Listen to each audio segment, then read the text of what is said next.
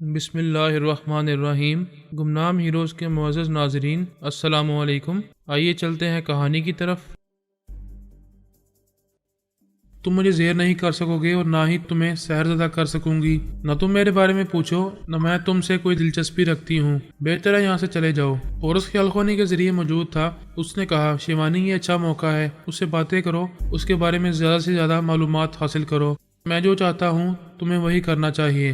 گھنشیام نے پوچھا، تم مجھ سے کترا کیوں رہی ہو؟ کیا مجھ سے خوفزدہ ہو؟ میں ڈرنا نہیں جانتی، مرنا جانتی ہوں یا مارنا جانتی ہوں۔ میں تمہارے بارے میں بہت کچھ معلوم کرنا چاہتی ہوں، مگر میرے پوچھنے پر تم سچ نہیں بولو گے تو سچ میں جھوٹ ملاؤ گے، اپنی اصلیت چھپاؤ گے۔ مجھے بھی یہی سوچنا چاہیے کہ تم اپنے بارے میں سچ نہیں بولو گی، لیکن میں ایسا نہیں سوچ رہا۔ تم جو کہو گی میں یقین کروں گا۔ کبھی کبھی جھوٹ سے دوستی شروع ہوتی ہے اور سچ تک پہنچ جاتی ہے۔ کچھ تو اپنے بارے میں بولو۔ اتنی بڑی دنیا میں میرا ایک ہی دوست ہے اور وہ میرا شوہر ہے۔ اس کے سوا نہ کوئی دوست ہے نہ ہوگا۔ میں کبھی کسی بیعتہ سے دلچسپی نہیں لیتا، صرف کنواری لڑکیوں سے ایک رات کی دوستی کرتا ہوں۔ تم میرے جیسی غیر معمولی صلاحیت رکھتی ہو، اس لیے دلچسپی لے رہا ہوں۔ یہ بتاؤ میں تمہیں کس طرح اپنے سچ بولنے کا یقین دلا سکتا ہوں؟ شیوانی نے پورس کی مرضی کے مطابق کہا، مجھے اپنا ہاتھ چومنے دو، پھر یقین کروں گی۔ وہ مسکرا کر اپنا ایک ہاتھ بڑھاتے ہوئے بولا، یہ میری خوش نصیبی ہے، تم اس ہاتھ کو چوم کر اپنا بنا لو۔ پورس نے سوچا وہ اپنے اندر کی باتیں کبھی نہیں بتائے گا، پراسرار بن کر رہے گا، اسے سچ اگلوانا ممکن نہیں ہے۔ البتہ شیوانی اس کے ہاتھ کا زہریلا بوسہ لے گی تو وہ زہر سے مر جائے گا۔ شرمیلی جیسی کنواریاں اس کی شیطانی خواہشات سے محفوظ رہیں گی، اور اگر زہر نے ہلاک نہ کیا تو وہ زہر نشہ بن کر اسے مدہوش رکھے گا۔ شیوانی نے اس کا ہاتھ تھام کر سر جھکا کر اس کی ہتھیلی کی پشت کا بوسہ لیا۔ ایسا کرتے وقت اس نے اپنے دانت اس جگہ پیوست کر دیے۔ گھنشیام نے جیسے تکلیف محسوس کی، کراتے ہوئے کہا، تم کیا ہو؟ اس کی آنکھیں نشے میں ڈوب گئیں۔ اس نے مخمور نگاہوں سے دیکھا، جس کی توقع نہیں تھی وہ ہو رہا تھا۔ شیوانی پر بھی نشہ طاری ہو رہا تھا۔ وہ بڑی مستی میں سیٹ کی پشت سے ٹیک لگا کر بولی، ہائے تم بھی کیا ہو؟ تمہارا زہر میرے اندر دوڑنے لگا ہے۔ تم تو میری ہی برادری کے ہو، یہ زہر کہاں سے لائے ہو؟ گھنشیام کی آنکھیں مدہوشی کے باعث بند ہو رہی تھی۔ اس نے سیٹ کی پشت سے ٹیک لگا کر آنکھیں بند کر لیں۔ دھیمی آواز میں بڑبڑانے لگا۔ وہ بھی بڑبڑا رہی تھی، میں ایک بہت دولت مند باپ کی بیٹی تھی، مجھے کینسر ہو گیا تھا۔ ایک سپیرے نے میرے باپ سے کہا، ایک سانپ کا زہر لڑکی کے کینسر کو مار سکتا ہے یا لڑکی کو مار دے گا۔ اگر آپ علاج کرنے کی اجازت دیں تو میں زہر کو آزماؤں گا۔ مجھے تو ایسے بھی مرنا تھا اور ویسے بھی موت آ سکتی تھی۔ اس سپیرے نے 3 ماہ تک میرا علاج کیا، میرے مقدر میں زندگی تھی۔ میں آج بھی زندہ ہوں مگر زہریلی بن گئی ہوں۔ وہ بڑبڑا رہا تھا، میں تمہارے زہر کو اپنے اندر محسوس کر رہا ہوں اور سمجھ رہا ہوں یہ اسی سانپ کا زہر ہے جو میرے سپیرے باپ کے پاس تھا۔ میرے باپ نے ایک دولت مند کی بیٹی کا علاج اسی شرط پر کیا تھا کہ وہ لڑکی زندہ رہے گی تو سپیرے کی بہو بنے گی، کیونکہ اس زہریلی سے کوئی شادی نہیں کرے گا۔ جو کرے گا وہ سہاگرات کی صبح ہونے سے پہلے مر جائے گا۔ تم وہی ہو، تمہارا نام شیوانی بھاسکر ہے۔ جب میں 14 برس کا تھا تب تم سے میری شادی ہوئی تھی۔ اس کے بعد تم 12 برس کی عمر میں لندن چلی گئی تھی۔ اب تمہارا زہر میرے اندر اور میرا زہر تمہارے اندر دوڑ رہا ہے۔ ہمارے زہر کا ملن ہو چکا ہے، اس کے بعد ہمارا جسمانی ملن ہوگا۔ آج سے 15 برس پہلے تم میری دلہن بن چکی تھی، تم آج بھی میرے لیے کنواری ہو۔ شیوانی نے جواب نہیں دیا، وہ زہریلی نیند میں ڈوب گئی تھی۔ پورس گھنشیام کے اندر تھا، وہ بھی نیند میں ڈوب رہا تھا۔ اس کے خیالات بتا رہے تھے کہ وہ 15 برس سے اپنی کنواری دلہن کو ڈھونڈ رہا تھا۔ وہ نہیں مل رہی تھی تو دوسری دلہن بننے والی کنواریوں کو جنونی انداز میں حاصل کرتا رہا تھا۔ اب اگر اس کی دلہن شیوانی سے مل جائے گی تو وہ آئندہ کسی کنواری کو ہوس کا نشانہ نہیں بنائے گا۔ اس کے خیالات بتا رہے تھے کہ وہ اسی حد تک پراسرار تھا، شیوانی کی طرح زہریلا تھا۔ دونوں کے اندر ایک ہی سانپ کا زہر تھا، اور اس زہر کے باعث ان کی آنکھوں میں طلسمی حرارت اور مقناطیسیت پیدا ہو گئی تھی۔ شیوانی کی داستان حیات ایک عجیب موڑ پر آ گئی تھی۔ وہ 15 برس پہلے لگن منڈپ میں گھنشیام کے ساتھ 7 پھیرے لے چکی تھی۔ اس کی بیعتہ بن چکی تھی، لیکن وہ کنواری دلہن اس سے جدا ہو چکی تھی۔ ایک طرح سے دیکھا جائے تو گھنشیام ایک ذہنی مریض تھا۔ اس کی وہ پہلی والی پراسراریت ختم ہو چکی تھی، لیکن اب وہ شیوانی اور پورس کے لیے مصیبت بننے والا تھا۔ اگر ایک طرف دیکھا جائے تو گھنشیام کا علاج صرف یہ تھا کہ اس کی کنواری دلہن شیوانی اسے مل جائے۔ اگرچہ اب وہ کنواری نہیں رہی تھی، پورس کے ساتھ ازدواجی زندگی گزار رہی تھی، لیکن ایک نفسیاتی مریض کے لیے اس کی دلہن اب تک کنواری تھی۔ اس کے ذہن میں 15 برس کے طویل عرصے سے یہ بات نقش کر رہی تھی کہ شیوانی جب بھی آئے گی تو اپنا کوڑا بدن لے کر سہاگ کی سیج پر آئے گی۔ پتہ نہیں آئندہ کیا ہونے والا تھا، ابھی تو یہ سمجھ میں آ رہا تھا کہ گھنشیام لندن کا سفر ملتوی کر کے دہلی میں رکے گا، لیکن یہ ضروری بھی نہیں تھا۔ اب یہ سمجھنے کو رہ گیا تھا کہ اس جنونی شخص کے ذہن پر کون سی کنواری حاوی ہے، وہ جس کی شادی کل ہونے والی ہے، یعنی شرمیلی، یا وہ شیوانی جو ایک طویل مدت سے اس کے ذہن میں ایک کنواری دلہن کی طرح نقش ہے۔ وہ دونوں نشے کی حالت میں بڑبڑاتے ہوئے سو گئے تھے۔ جہاز اپنی مخصوص رفتار سے مختلف منزلوں کی طرف رواں تھا۔ ابھی کئی منزلیں تھیں، ایک منزل دہلی اور دوسری لندن۔ ان کے درمیان وہ طیارہ پیرس وغیرہ میں رکنے والا تھا۔ ابھی چند گھنٹوں میں معلوم ہو سکتا تھا کہ وہ جنونی کدھر جانے والا ہے۔ پھر معلوم ہو گیا، جہاز دہلی کے ایئرپورٹ میں پہنچ گیا۔ شرمیلی اپنی ماں باپ اور رشتہ داروں کے ساتھ جہاز سے اترنے لگی۔ اس نے جہاز کے اندر اپنا سفری بیگ اٹھا کر جاتے جاتے گھنشیام کو دیکھا۔ وہ ہانگ کانگ ایئرپورٹ میں اسے پھولوں کا گلدستہ پیش کرتے ہوئے سحرزدہ کر چکا تھا۔ اس نے حکم دیا تھا کہ وہ اسے یاد رکھے گی، دہلی پہنچنے کے بعد وہ اسے جہاں بلائے گا وہاں چلی آئے گی، اور وہ بیچاری ہانگ کانگ سے لے کر دہلی تک پریشان ہوتی رہی تھی۔ گھنشیام کی زہریلی اور مغناطیسی آنکھیں اس کے حواس پر چھائی ہوئی تھی۔ وہ اسے بھول جانا چاہتی تھی، لیکن گھنشیام کا حکم بری طرح دل و دماغ پر نقش ہو گیا تھا کہ وہ اسے یاد رکھے گی اور اس کے حکم کی تعمیل کرے گی۔ وہ سحرزدہ تھی، اسے بھول نہیں پا رہی تھی، اور دہلی پہنچنے کے بعد وہ اس رات اسے جہاں بلاتا وہ نہ چاہتے ہوئے بھی وہاں جانے والی تھی۔ اس نے سفری بیگ اٹھا کر جاتے وقت گھنشیام کو دیکھا۔ وہ سیٹ کی پشت سے سر ٹیکے گہری نیند میں ڈوبا ہوا تھا۔ اس کے ساتھ بیٹھی ہوئی شیوانی بھی سو رہی تھی۔ وہ شیوانی کو نہیں جانتی تھی، لیکن یہ دیکھ کر حیران ہوئی کہ اسے حکم دینے والا، اسے اپنے پاس بلانے والا بے خبر سو رہا تھا۔ بلانا یا نہ بلانا اس حاکم کی مرضی پر تھا۔ وہ تو اسی وقت اس کے پاس جاتی جب وہ حکم دیتا، اور وہ سحرزدہ رہ کر اس کے حکم کا انتظار کرنے والی تھی۔ فی الحال اپنے ماں باپ کے پیچھے چلتے ہوئے جہاز سے اتر گئی۔ وہ خوش نصیب یہ نہیں جانتی تھی کہ اسے ایک جنونی ہوس پرست سے نجات مل چکی ہے۔ پورس مسکراتے ہوئے شیوانی اور گھنشیام کو دیکھ رہا تھا۔ ان دونوں نے ایک دوسرے کو اپنے اپنے زہر سے اس قدر مدہوش کیا تھا کہ وہ بے ہوشی کی حد تک نیند میں ڈوب گئے تھے۔ انہیں خبر نہیں تھی کہ وہ کتنا فاصلہ طے کر چکے ہیں۔ پورس نہیں جانتا تھا کہ وہ کب تک سوتے رہیں گے، مگر یہ اطمینان ہو گیا تھا کہ اب شرمیلی اس کے شر سے محفوظ رہے گی۔ وہ طیارہ دہلی سے روانہ ہو گیا۔ گھنشیام ایک کنواری کو پیچھے چھوڑ کر دوسری کنواری کے ساتھ آگے جا رہا تھا، جبکہ وہ پورس کی بیاتہ تھی۔ پورس گھنشیام کے دماغ میں پھر پہنچ گیا۔ اس کے اہم خیالات پہلے ہی پڑ چکا تھا۔ آئندہ اس جنونی کو قابو میں رکھنے کا مسئلہ تھا، اور یہ مسئلہ ابھی حل ہو سکتا تھا۔ وہ اسے ہپنوٹائز کرنے لگا۔ پورس نے یہ طے کر لیا تھا کہ فی الحال اسے شیوانی سے دور رہنا ہے۔ اس کا تجربہ کہہ رہا تھا کہ مشین کا نقشہ اور وہ ٹیلی پیتھی جاننے والے 3J آئندہ اس کے لیے مسائل پیدا کرنے والے ہیں، اور یہ مسائل اسکاٹ لینڈ یارڈ کے بڑے عہدیداروں کی طرف سے بھی پیدا کیے جا سکتے ہیں۔ ان حالات میں وہ دور رہ کر ہی شیوانی کے کام آ سکتا تھا۔ اس نے گھنشیام کے دماغ میں یہ باتیں نقش کیں کہ وہ شیوانی کے عشق میں مبتلا رہے گا، اسے کنواری سمجھتا رہے گا، اور اسے حاصل کرنے کی لگن میں کبھی کسی دوسری کنواری کو ہوس کا نشانہ نہیں بنائے گا۔ اس کے علاوہ سب سے اہم بات یہ نقش کی کہ وہ شیوانی کو حاصل کرنے کے جنون میں مبتلا ہونے کے باوجود کبھی اسے ہاتھ نہیں لگائے گا۔ پورس شیوانی کو الجھا بھی رہا تھا اور اسے تحفظ بھی دے رہا تھا۔ اس تنظیمی عمل کے نتیجے میں اسے یہ اطمینان رہتا کہ اس کی شریک حیات شیوانی محفوظ رہے گی۔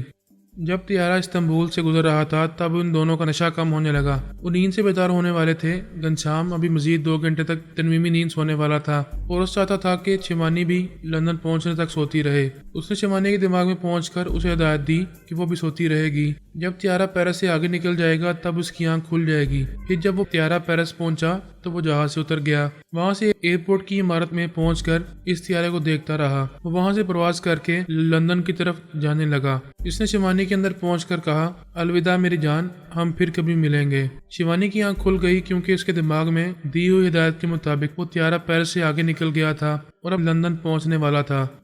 آنکھیں کھلتے ہی اس کی نظر گھنشیام پر پڑی تو وہ ناگواری سے اٹھ کر کھڑی ہو گئی۔ اس نے دور پورس کی سیٹ کی طرف دیکھا، وہ سیٹ خالی نظر آئی۔ وہاں جے کافو، جے فلو اور جے سامو ادھر ادھر بیٹھے ہوئے تھے۔ اس نے قریب آ کر پوچھا، آندرے یعنی پورس کہاں ہے؟ جے سامو نے کہا، وہ پیرس میں رک گیا ہے، مجھ سے کہہ گیا ہے کہ بعد میں لندن آئے گا۔ وہ حیرانی سے بولی، وہ پیرس میں کیوں رک گیا ہے؟ اس نے مجھے نہیں جگایا، تم تینوں کا فرض تھا کہ مجھے جگاتے۔ جے کافو نے کہا، تم آرام سے سو رہی تھی، اس نے کہا تھا کہ تمہیں نہ جگایا جائے۔ وہ پریشان ہو کر سوچنے لگی۔ اس نے سر گھما کر گھنشیام کی طرف دیکھا۔ وہ وہاں بیٹھنا نہیں چاہتی تھی اور اس کی خالی سیٹ پر آ کر بیٹھ گئی۔ ان تینوں سے بولی، ابھی پورس کے پاس جاؤ، اسے بتاؤ کہ میں نیند سے جاگ گئی ہوں۔ وہ مجھ سے بات کرے۔ ان تینوں نے اس کے حکم کی تعمیل کی خیال خوانی کے ذریعے اور اس کے دماغ میں پہنچنا چاہا تو اس نے سانس روک لی۔ تینوں کی خیال خوانی کی لہریں واپس آ گئی۔ انہوں نے شیوانی کو دیکھا۔ وہ بولی مجھے کیا دیکھ رہے ہو، اس کے پاس کیوں نہیں جاتے؟ ان میں سے ایک نے کہا ہم گئے تھے اور اس نے سانس روک لی۔ اس نے غصے سے کہا پھر جاؤ، بار بار جاؤ، اس سے کہو مجھ سے بات کرے۔ وہ بار بار جانے لگے، بار بار اسے بتانے لگے کہ وہ سانس روک کر انہیں بھگا رہا ہے۔ وہ حیرانی اور پریشانی سے بولی مائی گاڈ، اسے کیا ہو گیا ہے؟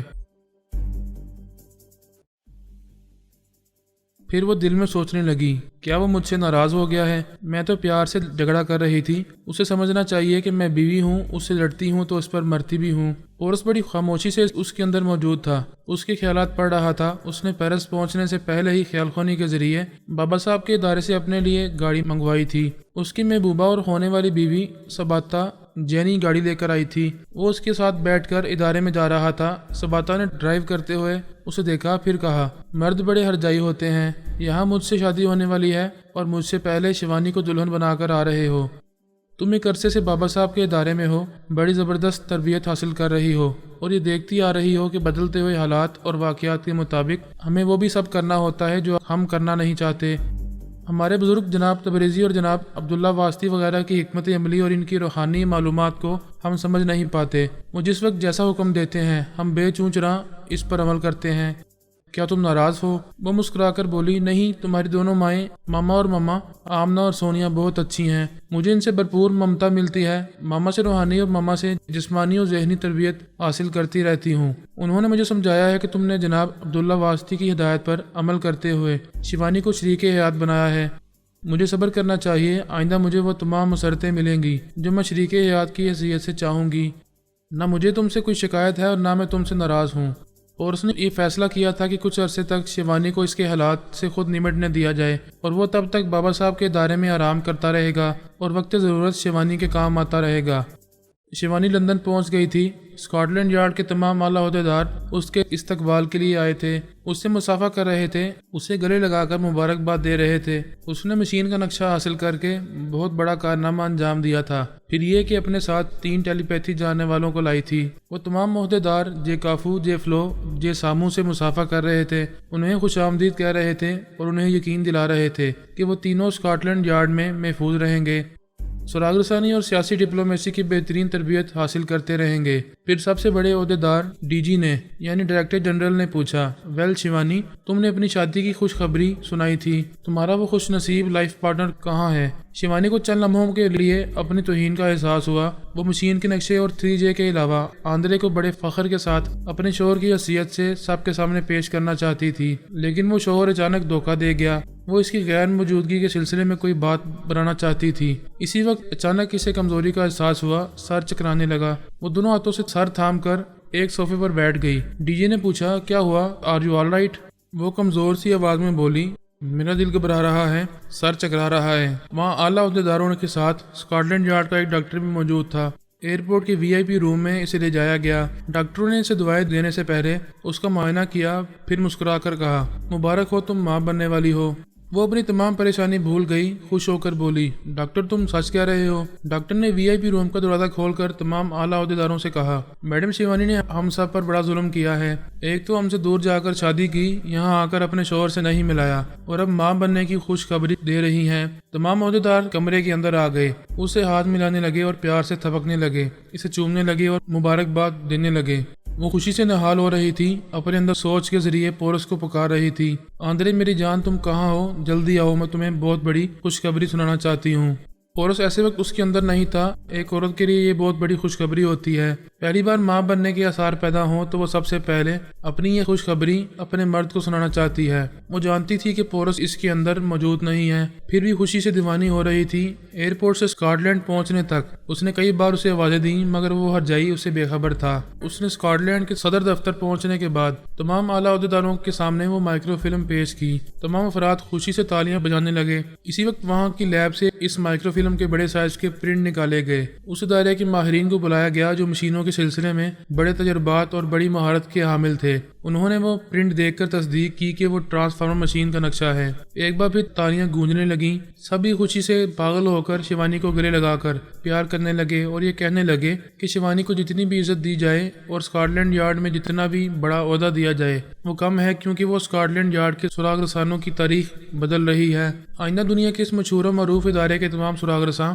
ٹیلی پیتھی سیکھ جائیں گے اور پہلے سے زیادہ حیرت انگیز کارنامے انجام دینے لگیں گے۔ انہوں نے فوراً ہی ٹرانسفارمر مشین کی تیاری شروع کرنے کا فیصلہ کیا۔ ان کے لیے سب سے پہلا مسئلہ رازداری کا تھا، کیونکہ یہ ایسی مشین تھی کہ جس کا نقشہ حاصل کرنے کے لیے بڑے بڑے ممالک کے جاسوس سیکرٹ ایجنٹس سازشیں کر سکتے تھے۔ شیوانی نے کہا، مشین تیار کرنے کا مسئلہ آپ لوگوں کا ہے، مجھے اجازت دیں، میں گھر جا کر آرام کروں گی۔ گھنشیام اس کا ہمسفر تھا، وہ لندن پہنچ کر شیوانی کے ساتھ رہنا چاہتا تھا اور اس کے ساتھ رہنا اپنا حق سمجھ رہا تھا، کیونکہ 15 برس پہلے وہ اس کی دلہن بن چکی تھی، لیکن وہاں پہنچ کر اسے اپنا حق جتانے کا موقع نہیں ملا۔ جس انداز میں شیوانی کا استقبال کیا جا رہا تھا اسے دیکھ کر وہ بہت متاثر ہوا تھا اور خوش بھی ہوا تھا کہ اس کی بیوی نے بہت اونچا مقام حاصل کیا ہے۔ اس کے اطراف اسکاٹ لینڈ یارڈ کی پولیس کا پہرا تھا، کوئی اس کے قریب نہیں جا سکتا تھا کیونکہ وہ ایک اہم چیز اپنے ساتھ لائی تھی۔ اس نے خاموشی سے اس اسکاٹ لینڈ یارڈ تک اس کا تعاقب کیا، وہاں پہنچ کر اس سے ملنے کی کوششیں کرتا رہا۔ بڑی دیر بعد ایک افسر نے توجہ سے اس کی بات سنی۔ وہ بولا، میں شیوانی سے ملنا چاہتا ہوں، پلیز مجھے ایک بار اس سے ملنے کا موقع دیں۔ افسر نے کہا، سوری میڈم، آرام کرنے کے لیے اپنے بنگلے میں جا چکی ہیں۔ اس نے کہا، مجھے اس کے بنگلے کا پتہ اور فون نمبر بتائیں۔ سوری، کسی کو بھی میڈم کا پتہ اور فون نمبر نہیں بتایا جاتا ہے، میں کوئی غیر نہیں ہوں، اس کا شوہر ہوں۔ افسر نے چونک کر اسے دیکھا، پھر خوش ہو کر اس سے مصافحہ کرتے ہوئے بولا، آپ نے پہلے کیوں نہیں بتایا؟ ہم تو میڈم سے پوچھ رہے تھے کہ آپ کہاں رہ گئے ہیں۔ آپ اندر تشریف لائیں، تمام عہدیدار آپ سے مل کر خوش ہوں گے۔ وہ بولا، دیکھیے، پہلے میں اپنی وائف سے ملنا چاہوں گا، یہاں کے تمام عہدیداروں سے بعد میں ملنا چاہوں گا۔ گھنشیام نے ایسا کہتے وقت اپنی زہریلی نظروں سے اسے جکڑ لیا، پھر حاکمانہ انداز میں بولا، مجھے شیوانی کا پتہ اور فون نمبر لکھ کر دو۔ افسر نے فوراً ہی کاغذ قلم نکال کر شیوانی کے بنگلے کا پتہ اور اس کے 3 اہم فون نمبرز لکھ کر دیے۔ گھنشیام نے وہ کاغذ اس سے لے کر کہا، تم شیوانی کو یا کسی بھی شخص کو میرے بارے میں کچھ نہیں بتاؤ گے۔ وہ اس افسر کو سحرزدہ کر کے چلا گیا۔ شیوانی اپنے بنگلے میں پہنچ کر غسل کر رہی تھی اور پورس کو یاد کر رہی تھی۔ ایسے وقت اسے غصہ آ رہا تھا کہ وہ اس سے کیوں دور ہو گیا ہے۔ وہ غسل سے فارغ ہو کر باتھ روم سے باہر آئی۔ ایسے وقت پورس نے اسے مخاطب کیا، ہائے جانم، کیسی ہو؟ اپنے اندر اس کی آواز سنتے ہی وہ خوش ہو گئی، پھر ذرا ناراضگی سے بولی، تمہیں شرم نہیں آتی؟ تم مجھے چھوڑ کر کہاں چلے گئے تھے؟ کہیں نہیں، میں تو تمہارے اندر ہوں۔ باتیں نہ بتاؤ، میں کتنی بڑی خوشخبری سنانے کے لیے بے چین ہو رہی ہوں، تمہیں تو میری ذرا پرواہ نہیں ہے۔ تم یہ خوشخبری سنو گے تو دوڑتے ہوئے میرے پاس چلے آؤ گے۔ وہ بولا، میں جانتا ہوں، میں بھی تمہارے اندر ہوں اور وہ بھی تمہارے اندر ہے، فرق صرف اتنا ہے کہ میں خیالوں میں ہوں اور وہ تمہارے وجود کا حصہ ہے۔ وہ ایک دم سے چونک کر بولی، یو چیٹ، دھوکے باز، یہ خوشخبری میں سنانا چاہتی تھی، تم نے پہلے ہی میرے خیالات پڑھ لیے، جو میں تم سے نہیں بولوں گی۔ وہ ہنستے ہوئے بولا، نہیں بول رہی ہو تو پھر بھی بول رہی ہو، تم سے خوشیاں سنبھالی نہیں جا رہی ہیں، چلو بچے کے بارے میں جو بولنا ہے بولتی چلی جاؤ، ساری مسرتیں مجھ پر لٹا دو۔ کیا اس طرح مسرتیں لٹانے کا مزہ آئے گا؟ تم کیوں مجھ سے دور ہو گئے ہو؟ جہاں بھی ہو ابھی چلے آؤ۔ اسی وقت فون کی گھنٹی بجنے لگی۔ اس نے ٹیلی فون کے پاس آ کر ریسیور اٹھایا، پھر صوفے پر بیٹھ کر اسے کان سے لگا کر بولی، ہیلو شیوانی اسپیکنگ۔ وہ دوسری طرف سے گھنشیام کی آواز سن کر چونک گئی۔ وہ بول رہا تھا، شیوانی، میں تمہارا پتی دیو گھنشیام بول رہا ہوں۔ پولس نے شیوانی کے اندر کہکا لگاتے ہوئے کہا، تم ابھی مجھے بلا رہی تھی؟ مبارک ہو، تمہارا دوسرا شوہر آ گیا ہے۔ وہ غصے سے فون پر بولی، کیا تمہارا دماغ خراب ہو گیا ہے؟ خود کو میرا پتی کہہ رہے ہو؟ کیا میرے زہر نے تمہیں پاگل بنا دیا ہے؟ شیوانی، میں پاگل نہیں ہوں، تمہارا دیوانہ ہوں۔ 15 برس پہلے تم اگنی کے چاروں طرف میرے ساتھ 7 پھیرے لے چکی ہو۔ اس وقت تم 11 برس کی تھی۔ یہ کیا بکواس کر رہے ہو؟ مجھے بتاؤ تم کہاں ہو؟ اسکاٹ لینڈ کی پولیس تمہیں پاگل خانے پہنچا دے گی، وہاں تم اگنی کے چاروں طرف پھیرے لگاتے رہو گے۔ پلیز مجھے دھمکی نہ دو، میں نے دور سے دیکھا ہے، یہاں تمہارا بڑا رعب اور دبدبہ ہے، قانون کے تمام چھوٹے بڑے محافظ تمہیں سلام کرتے ہیں، تمہارے ایک حکم پر مجھے پاگل خانے میں بھی پہنچایا جا سکتا ہے اور اس ملک سے نکالا بھی جا سکتا ہے، پھر بھی تم میری بیوی رہو گی۔ میں تمام ثبوت کے ساتھ قانونی لڑائی لڑ کر تمہیں جیت سکتا ہوں۔ مدراس میں تمہارا باپ اور وہ تمام رشتہ دار موجود ہیں جو ہماری شادی میں شریک ہوئے تھے، شادی کرانے والا پنڈت اور شادی کے کاغذات بھی موجود ہیں۔ تم اس پوتر بندھن کو توڑ نہیں سکو گی اور میں توڑنے نہیں دوں گا۔ تم اپنے زہریلے ذہن سے سمجھ سکتی ہو کہ تمہارا یہ زہریلا پتی کتنا ضدی ہو سکتا ہے۔ پورس نے کہا شیوانی تمہارا یہ شوہر تو پنجے جھاڑ کر تمہارے پیچھے پڑ گیا ہے۔ وہ بولی بار بار اسے شوہر کہہ کر مجھے غصہ نہ دلاؤ، جب اس کے پاس تمام ثبوت اور بے شمار گواہ موجود ہیں تو اسے تمہارا شوہر کیوں نہ کہا جائے؟ تم نے مجھے دھوکہ کیوں دیا؟ پہلے کیوں نہیں بتایا کہ تمہاری شادی ہو چکی ہے؟ اب وہ سچ سامنے آیا ہے تو تم خواہ مخواہ غصہ دکھا رہی ہو۔ وہ ذرا نرم پڑ گئی، پھر بولی یہ میرے گھر والوں کی جہالت تھی۔ 11 برس کی عمر میں میری شادی کرا دی۔ اتنی سی عمر میں شادی کا مطلب بھی نہیں جانتی تھی۔ بالغ ہوتے ہی میں نے ڈیڈی سے کہہ دیا تھا کہ میں اس شادی کو تسلیم نہیں کرتی ہوں، اس شادی کو کسی بھی قانونی کارروائی سے توڑ دیا جائے۔